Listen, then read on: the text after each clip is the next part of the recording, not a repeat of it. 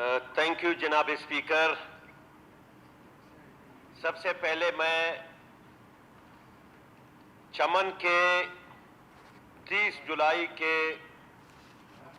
شہداء کو اور آج 10 اگست کے چمن کے شہداء کو سرخ سلام پیش کرتا ہوں اور انہیں خراج عقیدت پیش کرتا ہوں. جناب اسپیکر، چمن کا مسئلہ ایک ایسا ایشو بن گیا ہے کہ آج اس سے نہ صرف اس صوبے کے تمام عوام بلکہ ملک کے تمام لوگ اس سے شدید طور پر متاثر ہے. جناب اسپیکر، ہمارے حکمران اس بات کو وہ سمجھنے سے قاصر ہے کہ چمن کے جو تجارتی راستہ ہے یا اوورآل ڈیورن لینڈ پہ جو صورتحال ہمارے عوام کو درپیش ہے، وہ صورتحال ایک لحاظ سے جناب اسپیکر اگر ہمارے عوام کی معاشی قتل عام ہو رہی ہے. جی کیا جناب اسپیکر، آپ دیکھ رہے ہیں کہ حکومت اس میں شامل 6 پارٹیاں بھاگ رہی ہے. چمن کے عوام کو میں بتانا چاہ رہا ہوں کہ آج پھر حکومت نے وہ کورم کی نشاندہی کر رہی ہے اور 6 جماعتی اتحاد جس میں با پارٹی ANP، تحریک انصاف، باقی پارٹیاں شامل ہیں، وہ اس جرم میں برابر کی شریک ہے. چمن کے عوام سن لے، آج چمن کے عوام کو پتہ ہونا چاہیے یہاں کے غیور پشتون اور بلوچ عوام کو کہ وہ آپ کے مسائل میں آج قتل عام ہو رہی ہے، لیکن آج حکومت نمائندے نے غیر قانونی طور پر اس کی نشاندہی کی ہے. مجھے خوشی ہو رہی ہے کہ آج خود یہ حکومت آج تیسری مرتبہ 17 تاریخ کو 17 جولائی کو بھی انہوں نے کورم کی نشاندہی کی. پرسوں کی اجلاس میں بھی بات کر لیں، اس نے بھی بات کی. آج پھر تو یقیناً حکومت یہ قاتل حکومت ہے. جناب اسپیکر، میں سمجھتا ہوں کہ جناب اسپیکر جب انگریزوں نے 1893 میں ڈیورن لینڈ کھینچی اور 1947 تک 54 سالوں میں ایک بھی ایسا موقع نہیں آیا جناب اسپیکر کہ اس وقت کے انگریز حکمرانوں نے کبھی اس ڈیورن لینڈ کے ان راستوں کو بند کیا ہو.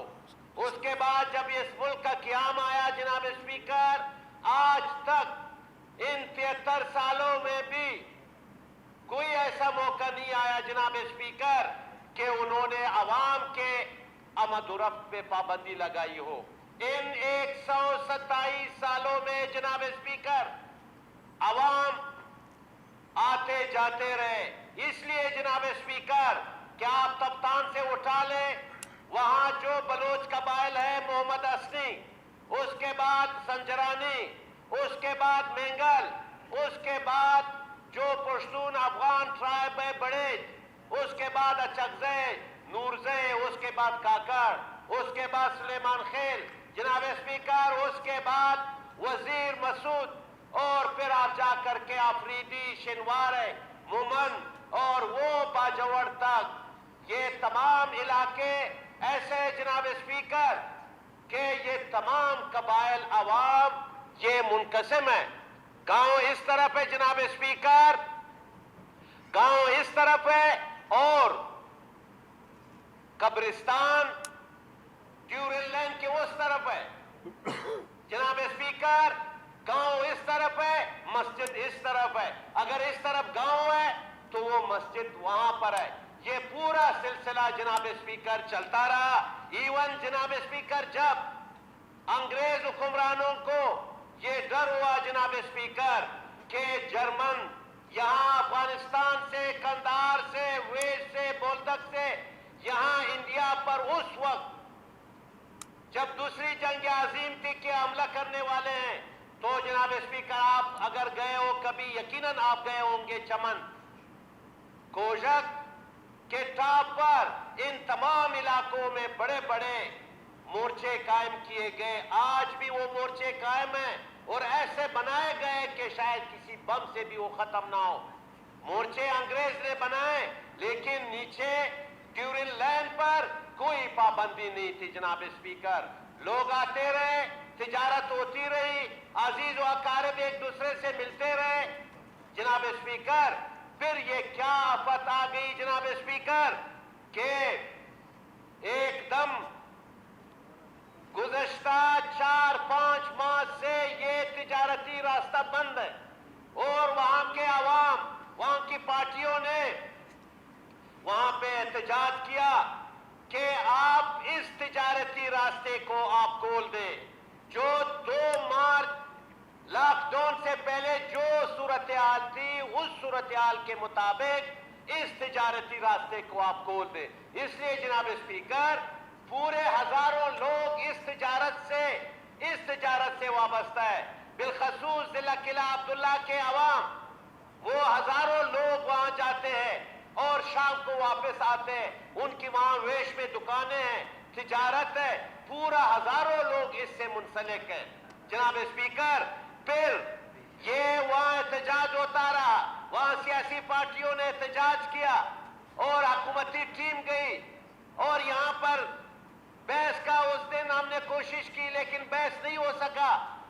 آج پھر جناب اسپیکر ہم نے اس دن اگر یہاں پہ بحث ہوتی, ہم کوئی ریزولوشن پاس کرتے, وفاقی حکومت سے ہم مطالبہ کرتے, صوبائی حکومت سے مطالبہ کرتے, تو شاید 30 جولائی کا دن نہ آتا جناب اسپیکر.